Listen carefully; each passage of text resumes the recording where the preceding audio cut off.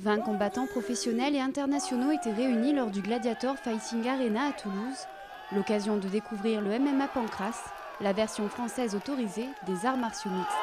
La différence entre le MMA et le Pancrace, c'est le MMA en frappe au sol. Ça se passe généralement dans une cage.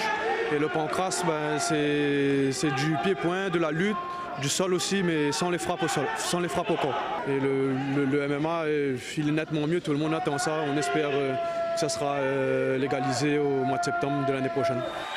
Alors légaliser le MMA dans le dernier pays où il est encore interdit, est-ce envisageable? Alors le MMA en France, ça arrive doucement, mais ça arrive, c'est un peu compliqué. Toujours un peu le blocage du judo.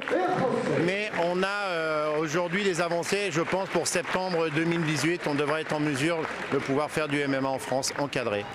Si les athlètes sont encadrés par des coachs professionnels, des médecins et des arbitres de la Fédération française de kickboxing, Muay Thai et disciplines associées, le sport a mauvaise réputation en France, mais ne semble pas choquer les spectateurs qui le découvrent. Le pancrace, j'avais jamais vu, du coup là, je vois ça cogne bien fort, du coup j'aime bien. Ça me choque pas qu'ils se donnent des coups, ça fait partie du jeu et ils sont préparés pour, donc ça me choque pas du tout. On voit que ça reste très fair-play, ça reste à la fin des combats.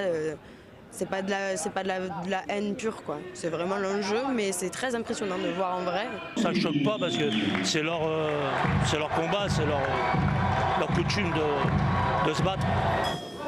Une chose est sûre, le MMA suscite un réel engouement chez les athlètes et les amateurs de sport de combat.